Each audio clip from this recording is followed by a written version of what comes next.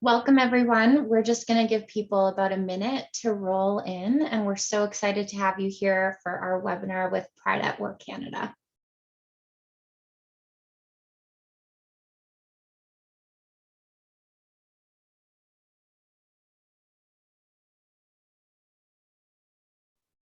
And feel free to introduce yourself in the chat.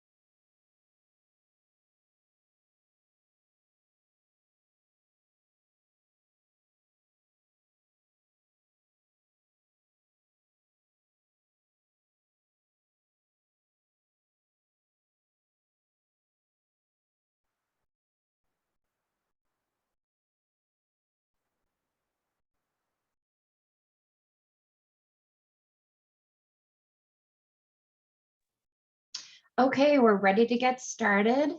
Thanks so much for being here. We're so excited to have you. We're so excited to provide education on this topic and to welcome Sandeep from Pride at Work Canada. We really wanted to do this session because we hear from our companies and clients all the time that they want more support and resources on doing diversity, equity, and inclusion work.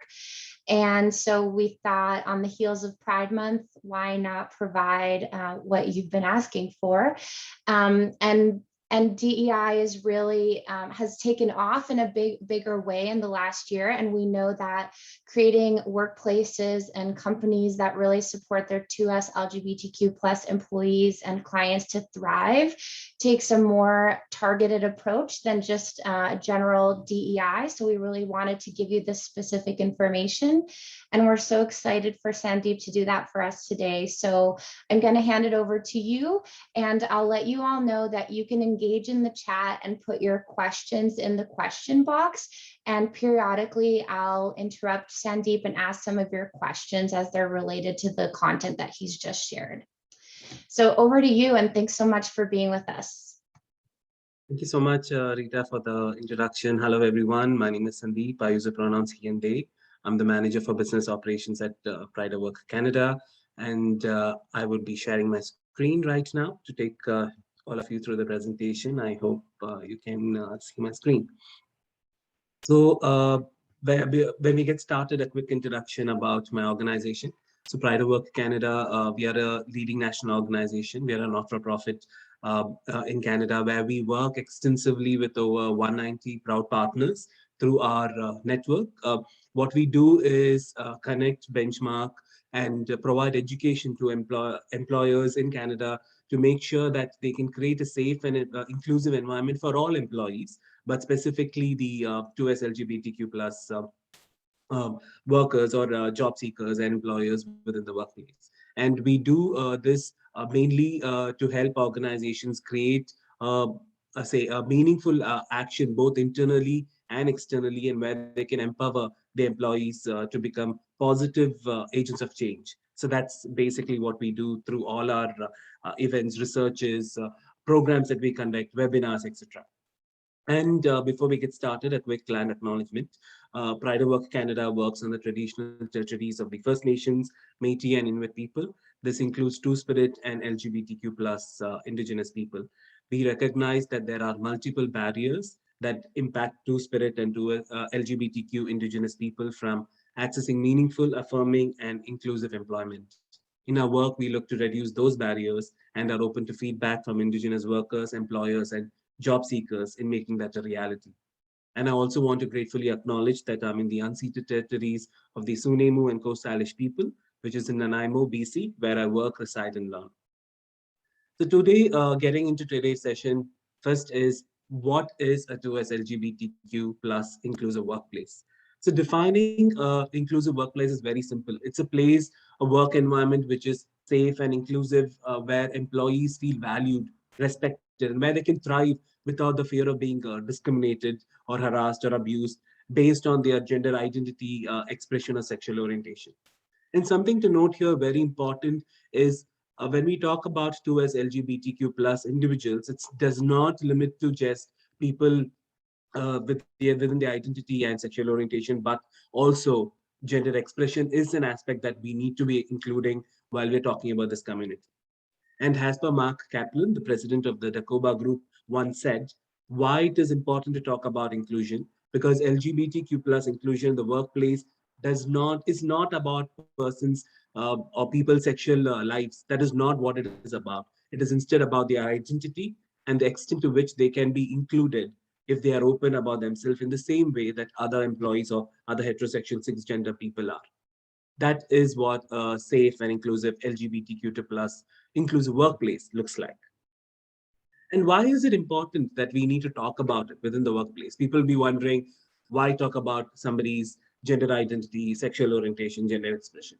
It is very important because from a business perspective, business relevance, the LGBTQ plus issues within the workplace starts with recognizing that we do have a diverse and inclusive work environment that is directly linked to our business performances in terms of say attracting or retaining talent, positioning ourselves as the employer of choice is very important. Second, driving productivity and performance. It is seen that if an individual does not or is not able to say bring their whole self to work, their productivity reduces by 30%. That is the statistics. So imagine if there are employees who cannot bring their whole self to work because of their gender identity, gender expression, sexual orientation. The productivity of an organization already reduces by 30%, which is not great. And then finally, gaining competitive advantage by harnessing diversity of perspectives within the workplace is important to drive market innovation, market share, to improve your product, to improve your business so that you stand up or stand out compared to your business peers and competition. And finally, it minimizes your risk and manages your reputation of the organization. So these are different aspects why it is good for business and why it is very, very important to talk about the inclusion aspect. Now, talking about certain more statistics on why it is important in terms of talent and talent attention and attracting the say talent to their workplace. 72% of non-LGBT plus individuals, that is who are allies, individuals prefer to work for inclusive companies. And 87% of them are more likely to accept a job at an organization that is supportive of LGBTQ plus employees. So if you are not inclusive, you are not even looking at the talent pool of the LGBTQ plus people, but also a bigger talent pool of allies of people who do not want to work in an organization that is not inclusive.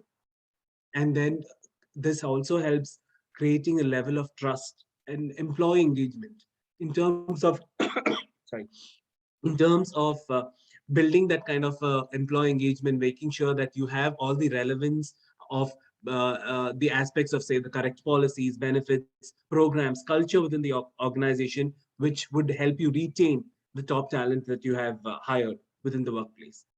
And also coming up with the, say, market innovation that we spoke about. 71% of LGBT plus respondents in a survey said that they're more likely to purchase from a company that supports LGBTQ plus individuals. So it's not just about hiring, it's not about retaining, but also building productivity in business. Because if you're not an inclusive organization, people look at, are you an inclusive organization? Are you an organization that keeps your employees happy and engaged? Then they know that their products also are innovative and come up with different ideas and business aspects that is relevant to being inclusive. And then finally, maintaining or minimizing risk to business and managing reputation. This I will give you with a very simple, I would say, an example. So there was this organization which this was back in India. So where I'm from. So this was this organization which actually did a project with a US based company. And it was a very successful project, and everybody like really thought they did a done a great job. So the client in the US, they invited the team who worked on the project to the client office to deliver the product. The team went there, and just before the delivery of the product, the team was invited for a dinner with the top executives of the organization. And at the dinner, one of the top executives introduced their partner, saying, "This is my partner," or "This is my husband," to the team. And two gentlemen in that team started laughing because it's like, two men are married, how can they say husband, etc. The client was so upset that they went back next day, withdrew the project, pulled it out, and sued the company because they said, "I cannot be working with an organization that's not inclusive." So here it is not about the two employees who laughed at the top executive, but mainly because there was no conversation. There was no aspect of culture where it is okay for people to talk about LGBTQ plus topic, understand there is diversity, talk about the various aspects of what is discrimination, what is not right, what is the inclusive languages, etc. So being inclusive also not only affects companies' business and say reputation, but also helps employees understand what is the right way, right language of interacting with people from the community who could be even their clients, suppliers, vendors, etc. And then in terms of harnessing the insight of the LGBTQ plus employees to drive market innovation is also very important because it is seen that having a diverse team, which includes LGBTQ plus employees, 87% of the time, the team actually performs better and come up with solutions much faster. So that is where you can even harness the insight of the employees to drive innovative market solutions. And finally, very important is the revenue opportunity that organizations should look at. There is a term called pink money or pink dollar, which is the global purchasing power of the LGBTQ plus community. And when we talk about this pink dollar or pink money, the value in 2019, as per the statistics, is estimated to be over $3.7 trillion in 2019. Now it's obviously increased. So it is seen that the global spending power of the LGBTQ plus consumers is estimated to be more than US 5 trillion a year. And if organizations are not inclusive, they're not even looking at this revenue opportunity because the community will not invest in organizations who's not inclusive. So these are the different aspects which is important for us to consider why it is a business imperative to think about LGBTQ plus inclusion within the workplace. I did see a hand raised for a question. I'm happy to take that before I move on. There is a hand raised. Maybe you can pop your question into the chat or the Q&A function so that we can see it.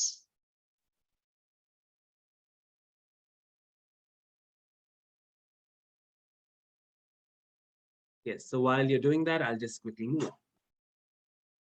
Yeah, and in terms of talking about these different aspects of being inclusive, we need to also think how companies can be inclusive. So what we have done, what companies can do, is we have developed a set of recommendations that are not only credible and robust, but also appropriate and relevant for companies, large and small, across different industries and business areas. So these look at inclusion from a 360-degree view, starting from strategy, leadership, accountability, policies, guidelines, diversity structure, benefits, training and development, the corporate culture or organization culture, measurement, that is data collection, market positioning, and finally, even community outreach or community and advocacy. These are the different aspects that organizations should look at when they look at any topic of DEI. To start off first with is strategy and leadership accountability. So when we talk about strategy and leadership accountability, it's very important that we consider some of the key recommendations in each of the area. The first one would be to ensure that your organization has a clear strategy with stated business goals to promote LGBTQ plus inclusion. And when we talk about business goals, it means having, say, probably a percentage or a set of number that you have identified as hiring the LGBTQ plus job seekers, nurturing, say, LGBTQ plus senior sorry, talent within the workplace, etc. And also communicating your LGBTQ plus strategy in Canada with key stakeholders internally and externally to ensure that there is a shared ownership and commitment, be it with your board or be it with your senior management or be it with, say, other stakeholders who are engaged with you within your business aspect. And finally, making your leaders in Canada accountable for LGBTQ plus inclusion strategy, which would be ways where you could probably include this in terms of their performance. It could include the way where they start talking about inclusion aspects where leaders can become inclusive and responsible leaders, because leaders are individuals who would demonstrate the commitment to LGBTQ plus inclusion externally through, say, talking and having right language, using gender inclusive communication aspects, making sure that they know the aspects of importance of, say, pronouns, importance of why it is important to talk about LGBTQ plus inclusion in the workplace, etc. Making sure that they're aware about all these things and utilizing these opportunities not just within the workplace but also externally to educate others, say business peers or other businesses, suppliers, the vendors, etc., about the importance of inclusion, and communicating it widely, sharing it and cascading it to all levels of organization, say through senior management, team meetings, employee town halls, internal communication channels is very, very important. And it is important that it comes from the senior management, because we have seen that inclusion strategy works best when they trickle down from top to bottom, not from bottom up. And most often there are also aspects where the senior leaders need to anticipate that there might be employees who might given certain level of resistance or discomfort on this topic, because it is a very sensitive topic. There might be culture, religious reasons why they don't think it's relevant, that the organization that they work with is talking about this topic. So that is where senior leaders need to reassure that they are not trying to change a mindset of a person or trying to challenge a person's beliefs or cultural reasons. They are just trying to stick by the value, mission, and commitment that the organization have towards making sure that they're creating a safe and inclusive environment for all employees, which also includes your LGBTQ plus employees. And finally, looking beyond just the internal stakeholders, companies, encouraging to share your strategy and commitment externally, stating it on a website or through your annual report or your say organization's plan externally. However, but making sure that when you are sharing it externally, you're sticking by a commitment, sticking by an ownership, accountability. That is very much important. So sorry, I did not see the question pop up, so I'm just moving on. And after the aspect of leadership and strategy and accountability, the next aspect that we need to touch upon is policies and guidelines. It is very important that we consider that there are relevant policies and practices within the workplace, which is going to be supporting all employees, right? So it is very important for organizations to occasionally review your policies and practices. That is to make sure that it is in line with external guidance and standards of best practices, not just locally or regionally within the country, but also from a global aspect. For example, United Nations Standards of Code of Conduct, which was released in 2016, actually had a couple of pointers that the organizations can include in their policies or that they could consider. So the example that I've shared here is one aspect which was there in the UN standard codes for LGBTQ plus inclusion. That is where companies should respect human rights of LGBTI workers, customers, and community members, eliminate discrimination against LGBTQ plus employees in the workplace, support the LGBTQ plus staff at work, not discriminate against an LGBTQ plus customer, supplier, distributors, and insist that business partners also do the same and stand up for human rights of LGBTQ plus people in the community where they do business. So the aspect of making sure when companies say that we would be working with you only if you're inclusive is an aspect that the company could take as a commitment and make sure that they're driving the aspect of inclusion in externally, ensuring that you have clear equal opportunity, anti-discrimination, anti-sexual harassment policies, where you have specifically brought out the reference to, say, sexual orientation, gender identity, and or expression, and intersex is very, very important. Intersex is an aspect which most often we do not see in a North American context, but it is something that we need to be mindful of, because intersex does not fall under gender identity. It is sex assigned at birth. So there are the aspects of male, female, and then intersex.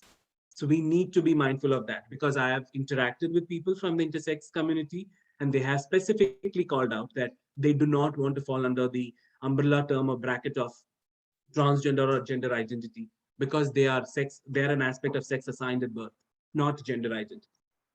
And finally, to ensure that you include a statement that you are an equal opportunity employer in your marketing, communications, and that you do not discriminate against sexual orientation, gender identity, and/or expression. So most organizations would wonder, yes, we do not. So what is that to specifically call that out? It is very important because when you have a job description that you send out for hiring people, the community specifically will look at the aspect of whether you have called out that you do not discriminate, whether you are an equal opportunity employer, whether you have the right policies and benefits in place. Because when you look at these aspects, it should not be a way where you say, okay, I'm going to hire somebody from the community and then after that have the right policies, benefits, and guidelines. Is not the right way. You need to have them already in place. That in case you hire somebody from the community, they feel safe and included. And also employees who already are in your organization, if they choose to do that, they want to come out, they can do so.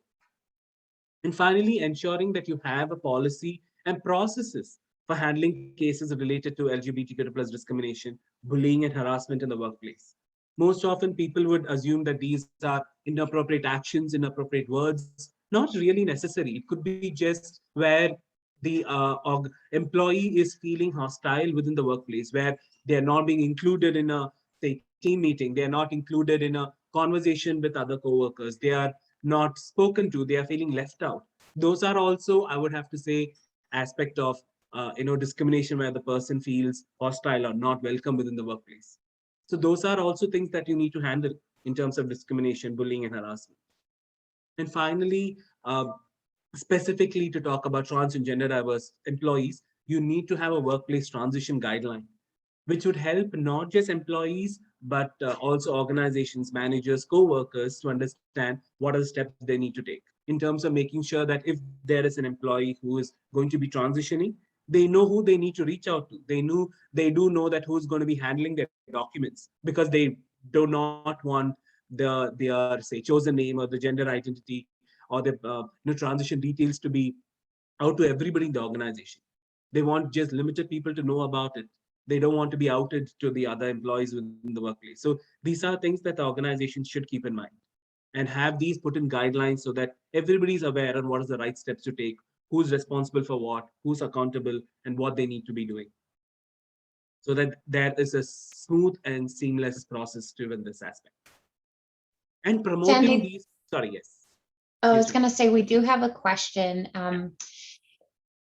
Is there a good resource you'd recommend for creating strong policies at a workplace? Yes, I would definitely, to start off, I would definitely recommend the United Nations Standard Code of Conduct that is available online. You just need to go to the United Nations website. And I could also send it to you, Rita, after the session today, so I can forward it to the participants as well. So it's a very simple document which give the details on what to start off in terms of policies. And then after that, you could always understand what are the best practices and policies within the region or the current market best practices aspect, and then you can take it from there. But to start off, I would definitely recommend the United Nations Standard Code of Conduct. Thank you. And then promoting these policies proactively to employees occasionally is very important. So it's not just having the policies, because employees most often are aware of their policies, but they do not know what is the relevance of the policies? What does the policy say? Because how many of us have actually looked at policies in the workplace?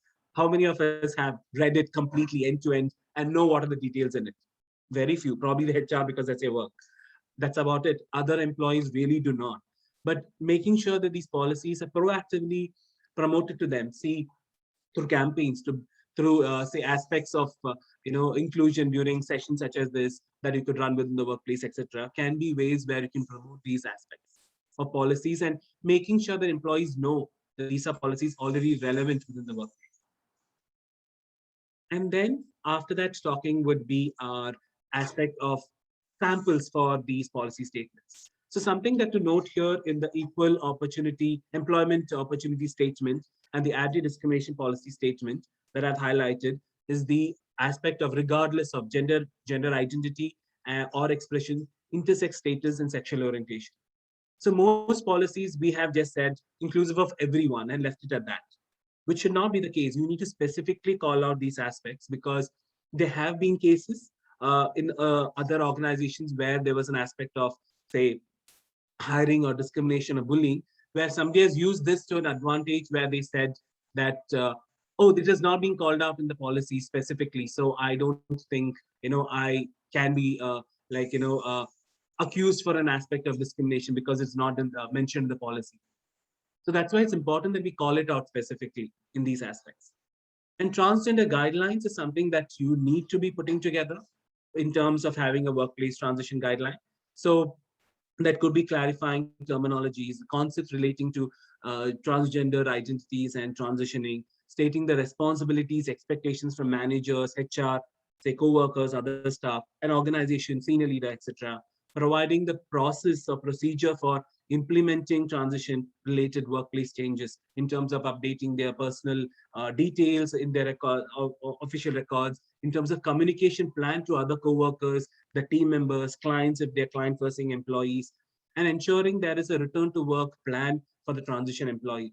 Because transition does not happen overnight. It is a very long process. So it is very important that you have a plan put together for the transitioning employee on how they could return back to work feeling themselves confident and safe and included, and educating the team and other co-workers, managers on how to even address transgender individuals, appropriate use of pronouns, the importance of pronouns, making sure that nobody uses their dead name, use their chosen name, the aspect of even making sure that they feel comfortable, the aspect of, say, a buddy system that you can create where they are the mandate of saying what their gender pronouns are or saying the chosen name to other employees is not just within the transitioning employee, and providing answers to frequently asked questions about, say, dress code and restroom use. Those are aspects that can always include in the guidelines that you might create for workplace transition guidelines within the workplace. And after that, we would be talking about training and development. This is very, very important for an organization because it is something that would help drive your organization's culture, create an awareness for all employees. And this is something uh, that is something that you need to be embedding within your inclusive culture within the workplace, deep into the organization's culture, so that the goal of making sure that everybody, all employees at all functions, all levels, are aware, know the right language, and are constantly being taught about the best practices which keep evolving on a regular basis.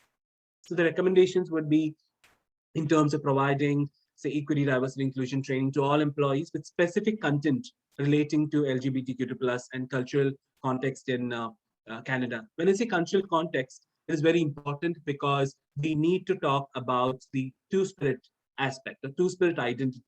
Two-spirit is not an aspect or an identity that falls under sexual orientation or gender identity.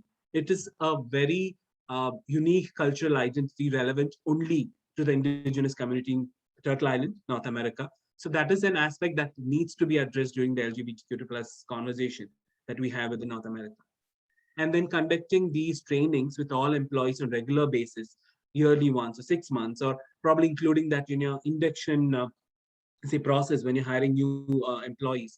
Could be any aspects, but making sure that you consider these in offering to targeted trainings, be it for senior leaders, HR, the hiring or the talent acquisition team, customer facing employees, because they need to know how to use the right language for, say, their customers or clients they're speaking to. For example, when you take about pronouns, if somebody is saying, hi, I'm so and so, these are my pronouns, the right language is not about saying, what are your pronouns? It's like, are you comfortable sharing how you like to be addressed?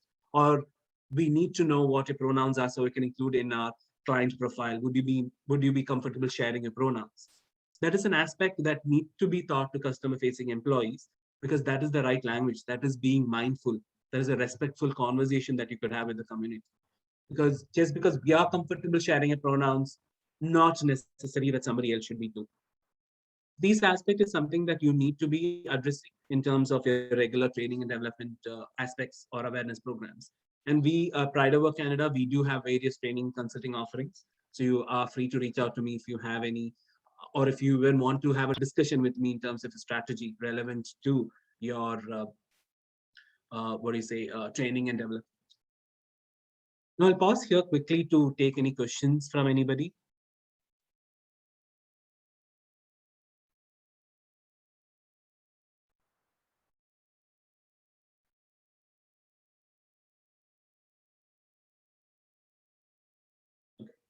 move on, please do feel free to post your questions on the chat, or you may send it to Rita if you'd like to stay anonymous. And next aspect would be diversity structure. This is relevant to employee resource group or the business resource group, however the organization calls it, or even your DNI commitment if you do not have a resource group within the workplace. So having a structure where you have a person, depending on the team size or organization size, that could be a person, a team, or a working group with a responsibility for addressing LGBTQ plus inclusion, ideally as part of your HR or your DNI function, or um, very important, and each of your office location. And it is important for them to be part of the HR or DNI function specifically, because these are people who can influence the policies, the benefits, who work in terms of having an employee engagement. Most often, there are bigger organizations who have a learning and development team. They have a separate DNI function. They have a separate HR. But smaller organizations would have, say, one person or a smaller team working on all of these aspects. So, however, whichever scale that your organization is in terms of size, it is very important to assign a person, team, or a working group who are responsible for this aspect. And each of your office location, because it's important to understand what is relevant to that particular region of the office. It's not just of an overall, okay, we have a culture in our say in our headquarters that we have a very inclusive culture.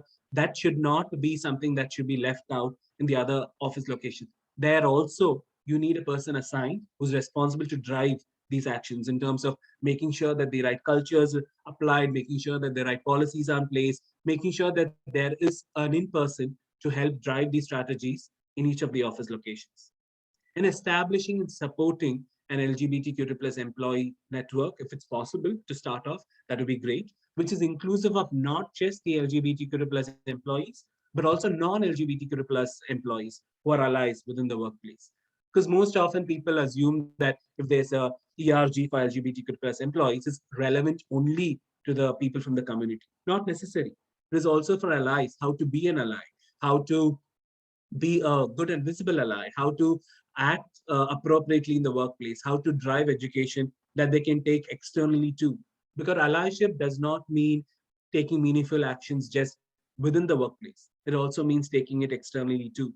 So those are the aspects that the organizations can teach the people within the workplace. It could be it could run programs where you're talking about support for parents who have got LGBTQ plus children.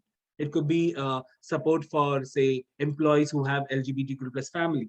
So it could be different aspects. It's not just for the people from the community, but other non-LGBTQ plus employees as well.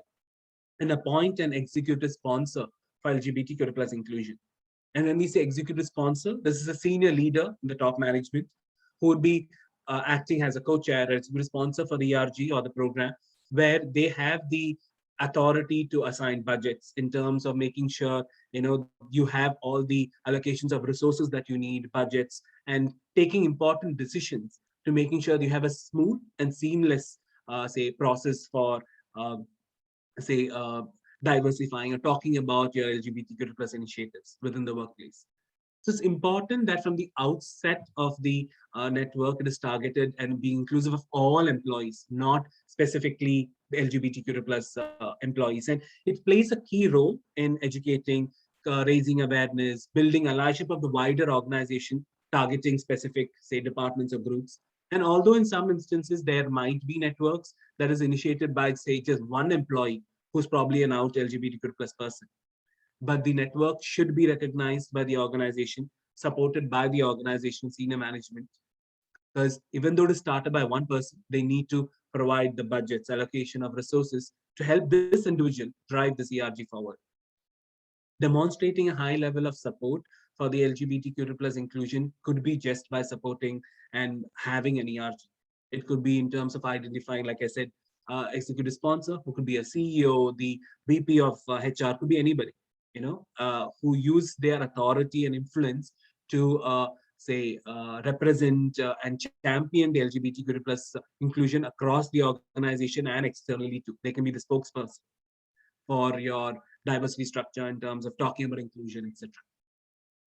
Sorry, I do see there's a question. What type of content would you see in a LGBTQ plus network? Any other examples of topics or advice to a network just starting?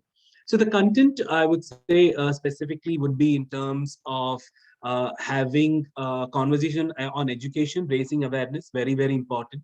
It should be, I would say, it should be even the aspects of the basics in terms of, say, the difference between sex, gender identity, gender expression, sexual orientation, the aspect of the different terminologies within the LGBTQ plus community, aspect of allyship, importance of gender inclusive say language, and also making sure that you are addressing the current aspects of best practices. For a simple example would be in terms of the term, most often organizations use one of the first aspects of LGBT inclusion being a gender neutral restroom.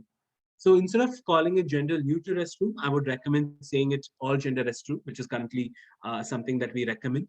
Because when we talk about an all gender restroom, that does not fall under the aspect of just LGBTQ plus inclusion. It's for all employees, irrespective of what their identity is. And that is something that you need to communicate. That could be driven by the ERG, but it's something that is available for all employees. And you could give examples such as if there is say, a single parent in the workplace who's probably getting their child to work, say a father who's getting a daughter to work, which restroom would the father take the daughter to? Cannot go to the men's room, cannot go to the women's room. So having an all gender restroom is beneficial for that employee. They don't need to identify from the LGBTQ plus community. So that could be a way of demonstrating for people to even trigger that aspect. Yeah, it is not for trans and gender diverse people. It's not just for the LGBTQ plus employee. It's for everybody. And the aspect of also calling out as a cultural practice where you're saying that a person has the right to decide which restroom they want to use based on their comfort level. That also could be an inclusion aspect they can drive.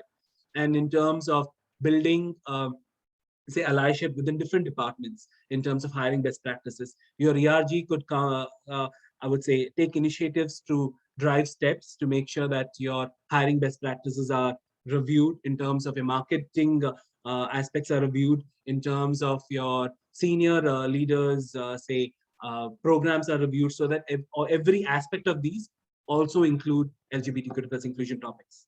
So these are different things you can start off as an ERG. And sorry, is there any question? Yeah.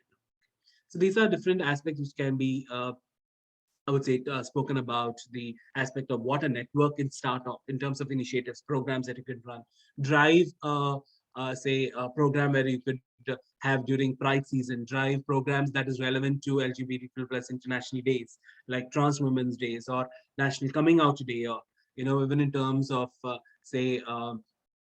Aspect of if there is a opportunity to collaborate with other ERGs within the workplace, say a women's network or say a BIPOC network if you have. So talking about the aspects of intersectionality there could be the aspects which the ERG can run. And then next would be the aspects of benefits that you can extend to employees. So this is something that the organization should be very, very mindful. Like, for example, in terms of reviewing our employee benefits and ensuring that they are inclusive of LGBTQ plus employees and their partners and families. That is very, very important. And when we talk about partners and families, it means you're ensuring that the wording in your policies, it makes it very clear that the benefits are extended to LGBTQ plus employees and their family, stating that the partners may also include all sex partners or all gender partners, and unmarried partners of choice.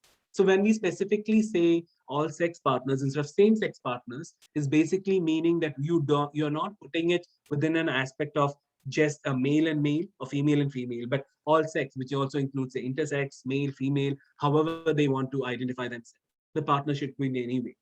And also unmarried partners of choice. This is very important because when we have policies, you're not just calling out for individuals from the community who are probably not married because of choice or whatever cultural reasons, but also people who are probably individuals who are heterosexual and cisgender who do not want to define their relationship through marriage. It could be domestic union or civil union or just any way they want to define their relationship. So you're being inclusive of every employee, not just the LGBTQ plus people. So calling these wordings out in the policies is very, very important. It has to be clear and communicated to the employees as well. And then introducing measures to ensure the safety of LGBTQ plus employees. Could be confidential hotline that you could have where somebody can speak about any kind of an, say, aspect of anonymously, they can pick up a phone to any of the aspects and say, these are some of the things I'm facing right now. Who do I speak to? What do I do? Because not everybody would be comfortable to go out to the organization, senior leaders or managers and say, these are the discrimination, bullying I'm facing, but I need something done about it. So having confidential hotline, even it could be about their mental well-being aspect of, a hotline that they can talk to a counselor, which could be directed. Protecting the anonymity while having these conversations, very, very important. And engaging with your medical insurance providers and ensuring that your medical insurance extends coverage to LGBTQ plus employees and their partners and covers gender affirmation surgery, hormone therapy, etc. for transitioning employees. So something is to note is when we did a survey for all the larger employees in Canada, we saw that though 74% of organizations in Canada do have policies that talk about, against discrimination against, say, sexual orientation, only about 50% of them cover, say, aspects or wordings that states gender identity, gender expression in the same policies. And it is also seen that there is only 10% of LGBTQ plus inclusive organizations in Canada who actually extend insurance coverages for transition related care for the employees, just 10%. So this is very important. The organizations do address these aspects and the benefits that they extend to employees. Maybe you might not have a lot of people take it, but still is very important that you address it. And considering what kind of targeted benefits uh, and support that you can provide to the LGBTQ plus employees and their partners is very important in terms of counseling, mentoring, in terms of having, say, an aspect of buddy system where they have a buddy within the workplace to even as simple as making them feel comfortable where they can start sharing their personal information with other people. Because not everybody would be comfortable sharing about their personal life in terms of, yes, I have a boyfriend, or yes, I have a partner or a husband in a same-sex relationship.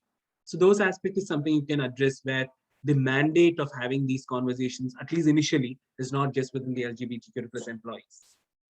And proactively and clearly communicating all these benefits and support that you offer to the LGBTQ plus employees is very, very important so that they are aware and able to, are free and are able to take advantage of them. Because most often these benefits are, everybody knows that they are available, but they don't know how clearly stated, they don't know who to reach out to, they don't even know whether there are certain aspects or aspects that they need specifically, say, as an LGBTQ plus employee, that they're not even aware whether the organization has these benefits extended to them. So stating clearly is very, very important, communicating. And other aspect would be through these, say, policies, organizational, say, leadership and accountability, your, say, training and development, you create a sense of a more inclusive organization culture. So you can use these proactive communication to foster an LGBTQ plus inclusive culture by encouraging all employees to participate internally and externally in LGBTQ plus activities and events. And if you do have a network, encouraging them to join the network. Developing an ally campaign is very, very important, because when we talk about allyship, it is not just cisgender straight people who need to be an ally to the LGBTQ plus community. The allyship could be within the LGBTQ plus community as well. So I identify as a gay man. So if I'm in an organization, I could be an ally to a lesbian, a trans person, a two-spirit person. So allyship is within the community as well. So it's designed to encourage employees to identify as LGBTQ plus allies. They could be also identifying as an LGBTQ plus individual if they do choose to come out in the workplace, and provide them with, I would say, tangible ways in which they can demonstrate this in terms of being a speaker at an event, say panel discussion that's talking about allyship, making sure they have the opportunity to, demonstrate their commitment to LGBTQ plus inclusion with the workplace through town hall, team meetings, having it in their email signatures, having it in their corporate profiles. So these are the ways that they can demonstrate that they are a good and visible LGBTQ plus ally. And obviously with consent, if there are open LGBTQ plus individuals, then they could be role models in Canada to demonstrate that you value your LGBTQ plus employees. When you have an out employee who's a role model within the workplace, that also drives an aspect where, yes, there's an out employee who's comfortable, who's within the workplace even now, who's who's still the organization has retained. So that also drives an aspect where people know that yes, if that person can be out and comfortable in the workplace, I need to join this organization too, so that I can be the same. And holding annual diversity and LGBTQ plus events to celebrate inclusion, race awareness. That could be Pride Week or month, Trans Women's Days, any aspect. But having the conversation driven year round is very, very important. Please do not restrict it to just the Pride month in June or July or September or August, but making sure that the conversation is driven throughout the, I would say, year, through your, say, education programs or activities or events that you run. And proactively supporting these activities that probably your ERG runs, or providing them resources for the activities. That could be in terms of where the organizations engages with, say, like Pride of Work Canada, where you could engage with us as a speaker, where we could have a lunch and learn session at your organization, which could be part of ERG networks activity. We could have even provide you with recommendations of speakers for panel discussion. We could provide you recommendations of LGBTQ plus themed movies that you could run to drive awareness or drive initiatives. It could be anything, but those are things that could help and provide resources to your employees and network. And leveraging the network and employees as a business partner to seek the engagement and advice in specific issues relating to business, like we identified earlier, in terms of your talent acquisition, productivity, in terms of your reputation, market positioning. You can include the ERG and your employees, depending on the size of the ERG, as business partners to seek their advice. Or what do you think we need to do? Ask them to review. Is it inclusive? Is there some changes that we need to make sure that we are being demonstrated as an employee of choice? And then after the corporate culture aspect is addressed, very important is the market positioning. Because all these activities, all these aspects, if you are already considering within the workplace, it is also very important that you demonstrate it externally. Let people know this is what we are doing. And that could be by taking steps to ensure that your customer facing processes are LGBTQ plus inclusive. So you have a training session specifically for the customer facing employees, making sure that your policies in terms of customer facing processes are inclusive. Use the right language. Be it, for example, if you have a form that somebody needs to fill in when they're coming to your organization, making sure that the form has all the inclusive details, like having a legal name, chosen name, because there could be people who have, say, specifically if you have to call out trans and gender diverse people or customers who might have a legal name that they're assigned at birth, but that is they have a different chosen name. Even in terms of if you need to know a person's, say, sex, then it's male, female, other. So those aspects, that is very inclusive. And also give a, if it's possible, give a field that says prefer not to say or prefers to self-identify as and blank. So those are things that you could make sure that you have in your forms as well, that where you're having customer facing processes that is inclusive.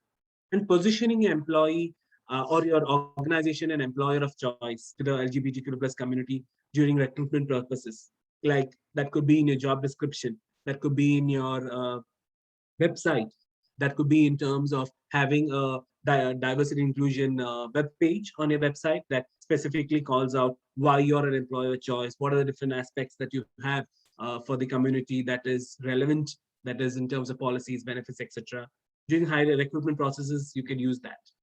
And developing specific products and services targeted at the LGBTQ plus market in Canada.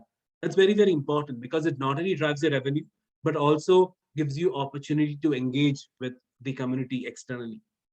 To give you an example would be Converse, that is a well-known shoe company. It is an iconic company, and they had actually developed Chuck Taylor's All Stars. It's a shoe brand with basically the release extensively during the Pride collections every year. They've been doing that since 2015. So since that time, the company has donated over $1.3 million to various LGBTQ plus organizations around the world. So in 2021 collection, which was benefited to their partners like Ali Forney Center or It Gets Better Project, which is a not-for-profit organization, was inspired by the all 5 stars kind of theme, and came from all around the world where they shared their journey of joy and acceptance within the LGBTQ plus community. And something to note here is when they had released this say, exclusive collection in 2021. It was sold out within days because the organization that time not only made revenue, but also demonstrated their commitments to LGBT inclusion.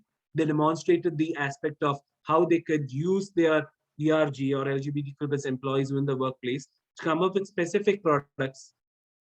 The service was just shoe, but even that product, they made it innovative, specific for the community, but just showing the demonstration of commitment to inclusion.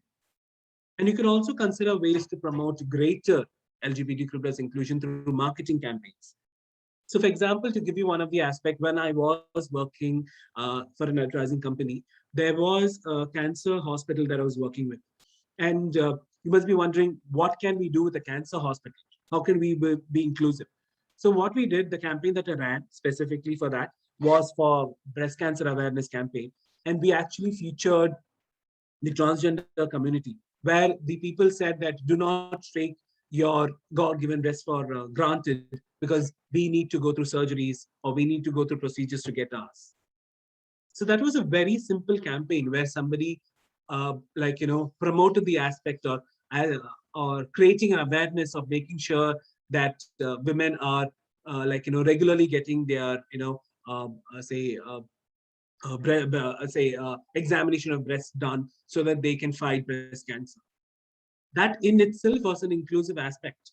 They can promote, say, their services, they can promote inclusion just through marketing campaigns such as this. Even in terms of having imagery that you demonstrate within your, say, marketing campaigns should not be relevant just to the heterosexual cisgender people.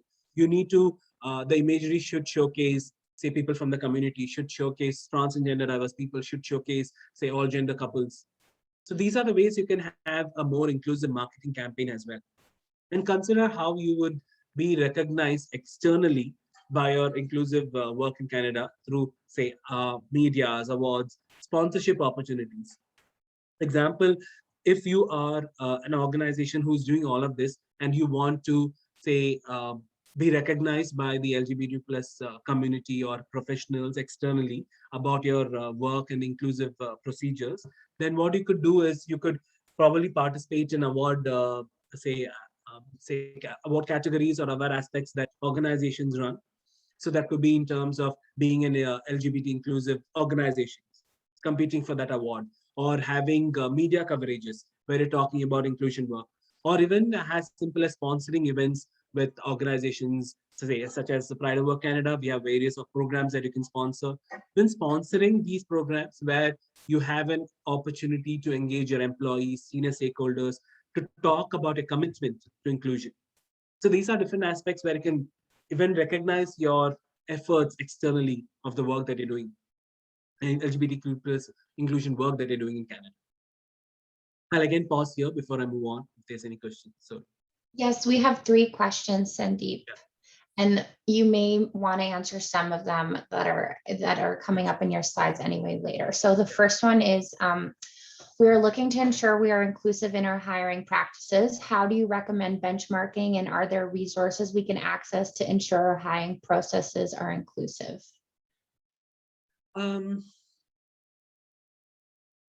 There are resources specific for hiring processes, but I would recommend that instead of actually using resources in terms of creating an inclusive aspect, making sure that you have a training and development, I would say, program for the hiring or the talent acquisition team.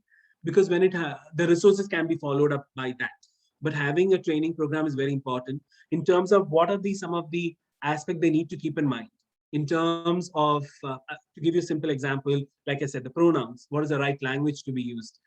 Even in terms of, why it is important to make sure that, they make the interviewee feel comfortable. In the aspect of job description, making sure it's inclusive. Because there was recently a job description that I read. The aspect of what they were trying to do is hire somebody from the community and or somebody from I would say, from the underrepresented minority community. But what they did was they called out to say that if you would like to be considered in terms of a diversity, you need to be somebody who is already out, or you need to be comfortable outing yourself in the organization. That was, I mean, literally not that, but that was the crux of that message which they sent out. And And I wrote to the hiring department there, to the organization, saying you need to pull it out because you cannot ask somebody to come out to be hired. That is a aspect of discrimination. You cannot say you need to be out, or you need to be coming out to the organization if you want to be hired. The option could be in terms of saying we do consider people from the community, and if you are someone who's out or someone who's comfortable be coming out to the organization, then you may do so in your cover letter, etc. That could be an aspect, but making sure specifically to say that you need to come out would just restrict the aspect of inclusion then and there. So those are things that probably the hiring or talent acquisition team need to keep in mind, even in terms of I would say the aspects of the practices that they need to keep in mind of not going overboard of making people feel inclusive. So there was this friend of mine who was a trans man. So he said he was going for an interview once to this organization. The organization knew that he was a trans man because he was an activist. So he said that there was 2 security guards who escorted him from the gate of the organization to the interview room, waited for him while he was giving the interview, and then actually escorted him back to the gate of the organization. And they thought they were creating a safe and inclusive environment for this individual because they had an escort up and down walking him. And he said that was the most embarrassing moment for him because he was like, I don't want to be treated differently. I just want to be treated equally, just like any other job seeker. So you don't even need to go overboard in terms of certain processes of like aspects of being inclusive. So these are practices that you could address in terms of training rather than, I would say, resources targeting the hiring processes. But yes, that is one of the things, but resources can follow after training. And yeah, there's one more question in terms of are there certification programs for workplaces? There are certain certification programs for workplaces. For example, if you're talking an e-learning program, Pride of Work Canada, we have a workplace inclusion certificate program. It's an e-learning program. It's an individual program which helps organizations understand the basics of LGBTQ+, like a 101, the module 1. And there is modules 2, 3, 4, 5. It talks about identifying allies, having an effective and efficient employee network group, and having, say, identifying, combating homophobia, transphobia, biphobia with the workplace. So once an individual completes these modules, they also have to complete a quiz based on their learnings. And after the quiz is completed, they can download a certificate which says that they have completed Pride of Work Canada's Workplace Inclusion Certificate Program. So that's something that you can utilize. I can send you the details after the session. Or you could visit our website to know more about that. The website URL is www.prideatwork.canada, so prideatwork.ca. Yes. There's one more question, Sandeep. Do you have any, whoops, I lost it. Do you have any training modules for board of directors to participate in? The person says, I am in charge of a nonprofit and want to include resources for onboarding. Definitely. I mean, we do have training modules that is targeted towards senior leaders. So this is mainly in terms of making sure that the senior leaders not only understand why LGBTQ plus inclusion is a business imperative, but also looking at inclusion from a global perspective. That's something that I bring in because of my experience of working with organizations across the globe. Because like I mentioned earlier, when we look at aspects of policies or benefits, you need to make sure that you're addressing not just inclusive practices locally, that is within the country, but also from a global aspect. So that's something that we can always run. And you could reach out to me anytime to know more about the learning objectives of the training modules. What are some of the key talking points? And then also to address in terms of, I would say, topics relevant to your organization specifically. So I would definitely have a conversation with you in terms of understanding where you are at your inclusion journey, and then recommend some of the key talking points for your board of directors. That's something we can always do. So now moving on, just talking about hiring practices, etc. I thought there was a video that is very much relevant that I don't know if most of you would have already seen, but if you have not, I would definitely like you to have a look at it so that we have a quick 2 minutes talk about this. Hi.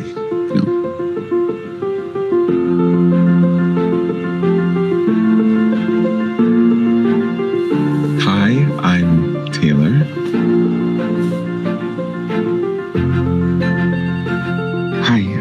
here for my interview?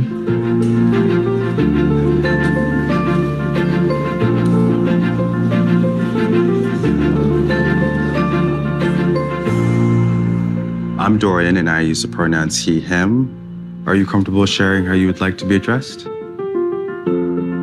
Thank you for asking. I use they, them pronouns. Great. Well, I'd love to hear more about your skill set. Sure. I went to school in advertising and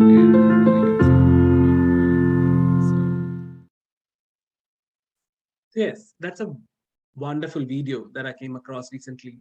And a couple of things, aspects of inclusion today was relevant in that.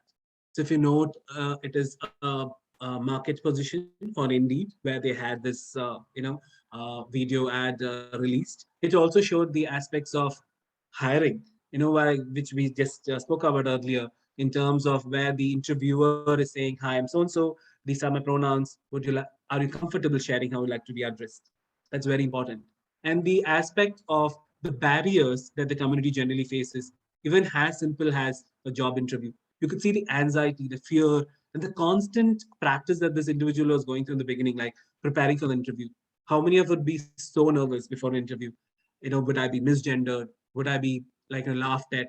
Would I be just refuse the job because of my identity or my gender expression? However, so those are the aspects which have been addressed in this video.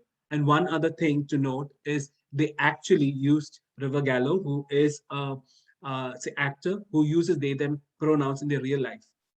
So something to note while we are doing say ad campaigns or where we are doing video campaigns, etc. To note is if you are representing someone from the community, being as authentic as possible. Please do not hire cisgendered straight actors to represent the community, because there have been a lot of aspects where the people from the community have asked, there are actors out there from the community who can do the job. Why hire a cisgendered straight person to represent the community? Well, there are people out there. So even as an organization, if you are looking at having an ad or a say marketing campaign and want to use say shooting of with an agency that you want to do a shooting for the ad, making sure that you make it as authentic as possible is very important. Using people from the community, for example, to demonstrate. Yes, this is some other one more aspect that I want to bring up on during today's conversation. So next is data collection or measurement. So this is very important for organizations because after doing all of this, you need to understand, are there people from the community within my workplace? There always is, because I've had people, organizations say, oh, I don't think LGBT inclusion is very important to us because we don't have any, gay or lesbian people in my organization. That is a comment I have heard myself from senior leaders from organizations. They said, oh, we don't have anybody from that community. That is being exclusive already by saying that community, but they have told me those things.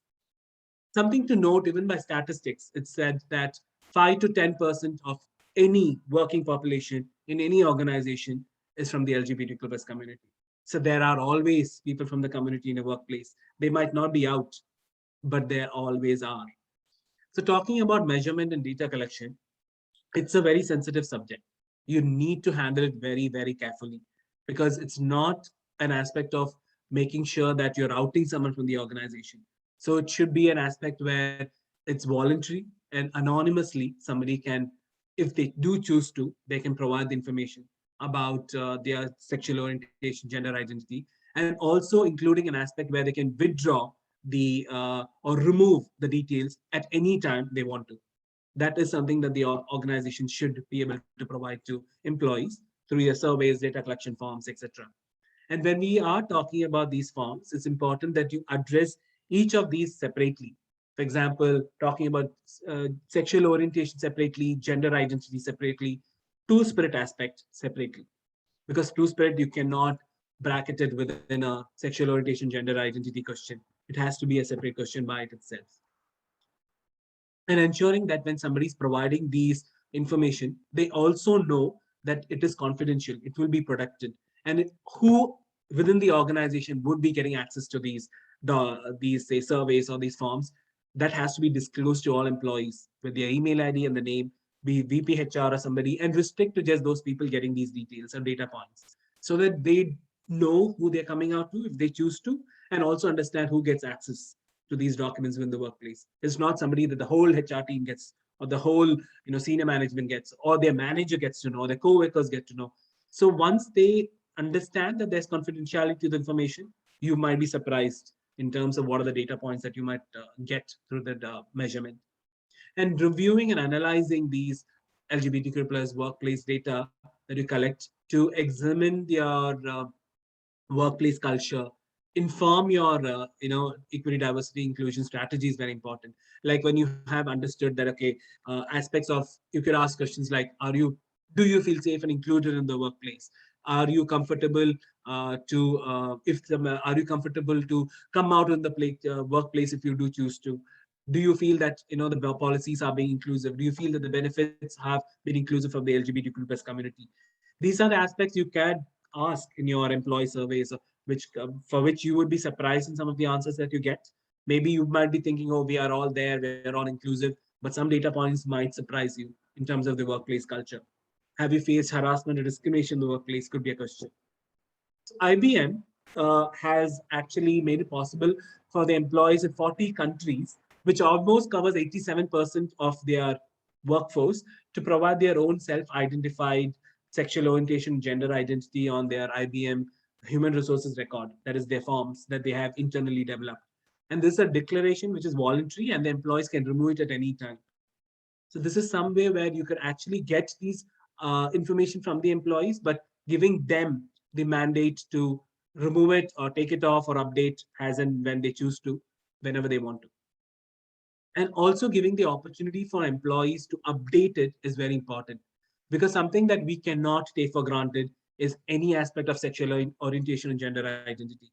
Today, you might find me saying I identify as a man and my sexual orientation is gay.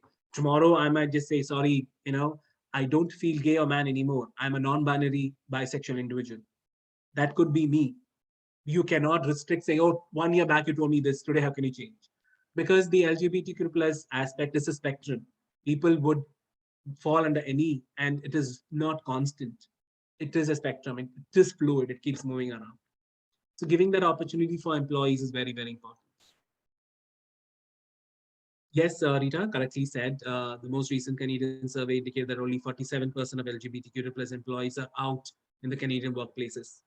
You might be thinking 47 is an awesome number, but just imagine that's close to 50% who are not out, who are not the whole set at work, who are not bringing their authentic set to work, which obviously affects what? Productivity, business, and efforts the organization puts.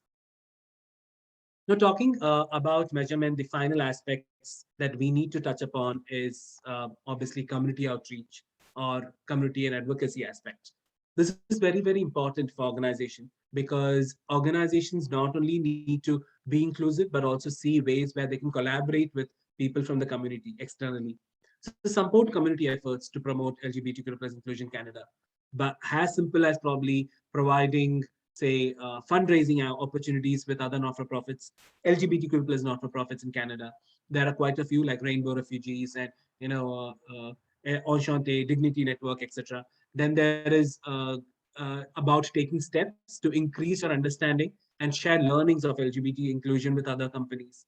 So it's not only about having trainings and development to your employees, but making sure that whatever learnings you have, you are using those to educate other companies as well. These could be your suppliers, your vendors, your other business peers, talking to them about these things. Okay, this is what we have put in place. Why don't you look at it? Why don't you consider some of these aspects to be inclusive? And using your fear of influence to advocate for greater LGBTQ plus inclusion in your region and the country. So it could be in terms of making sure that, recently there was a lot of aspects about conversion therapy ban in Canada, right? So you could be, as an organization, stand up and say, yes, we support it. And we as an organization want to make sure this is addressed. So that could be a way where you create influence, your fear of influence to address and advocate for these actions. That also demonstrates your LGBTQ plus inclusion commitment to the community and within the workplace. And obviously taking steps to promote the social inclusion of the LGBTQ plus community. That could be in terms of providing training opportunities for the trans and gender diverse community, providing, say, entry-level jobs for the people from the community specifically. To note, because LGBTQ plus youth find it very, very difficult to find their first job because they do not have a support from their, say, family, friends, and usually they have significantly higher student debt compared to their cisgender straight peers. And it's also seen that 89% of, though 89% of trans and gender diverse people, though they have some college or university education, 40% of them still fall under Canada's homeless or low income population. And even 5 to 12% of Canadian population is estimated to be from the LGBTQ plus community.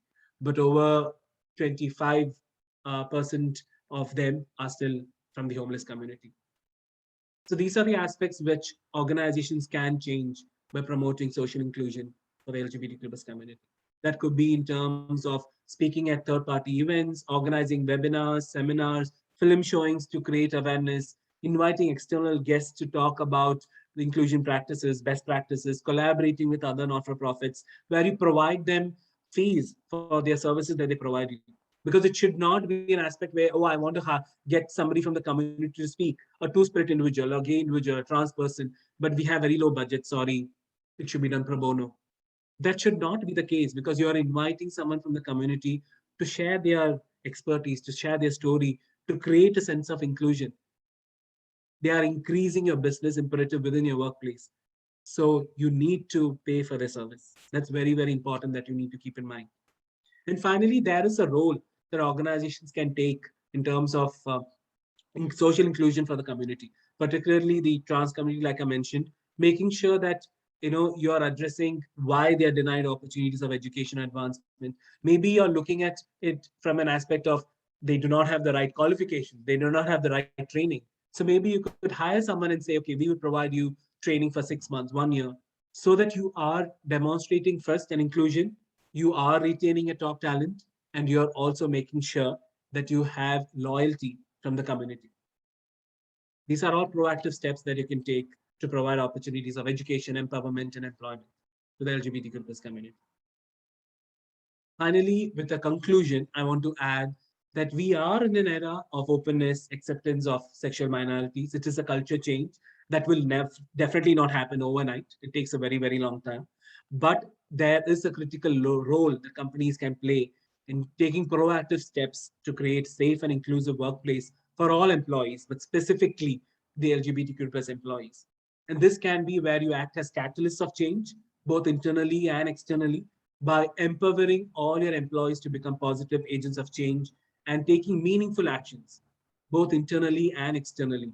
That is through, say, policies, benefits, programs that you run internal to your workplace, and also having conversations and driving these inclusion topics at your homes with your family, friends, kids. So those could be the ways too, where you create a sense of inclusion across the country. And finally, I just have a couple of resources that you want to share. The first one, to understand where you are in terms of inclusion journey. Pride at Work Canada, we have a 2SLGBTQ plus workplace audit. It's a unique Canadian tool that is designed to help companies understand where they are in their inclusion journey. It addresses all these areas that I shared with you today in making sure that you complete the survey, which has about 35 questions, and understand what are some of the areas of success, areas of improvement. We provide the recommendations, some of the low-hanging fruits that you can address in your strategy this year itself, and making sure that you're working towards meeting the current market best practices in Canada. As part of our network, or part of our membership, this is free to all our proud partners. For non-partners, this is valued at $3,200. And this is something that members can utilize anytime during their membership period. And we also recommend that organizations who completed this year, they probably relook at completing this survey, say 2 or 3 years down the lane, so that you can see how a needle of inclusion has moved, say in 2021 to next maybe 2023, 2024. And there are other resources as well in terms of research publications we can download from my organization's website. So there's articles to read like Making the Business Case for LGBTQ plus Inclusion by Jade Pitchett, who's the manager for business or manager for programs at Pride at Work Canada. Moving Beyond the Business Case for Queer and Trans Inclusion by Colin, who's our executive director. and then LGBTQ plus minority, stress in the workplace, how discrimination hurts health. That is very important now when we have addressing during the pandemic, when we are addressing employee well-being, employee mental well-being, etc. So thank you so much for your time, and these are my details. You are free to note down my email ID, and you may reach out to me with any questions anytime, and I'm happy to address those. And happy to take any questions that you have right now. And we also have an anonymous question feature in the Q&A, so feel free to use that.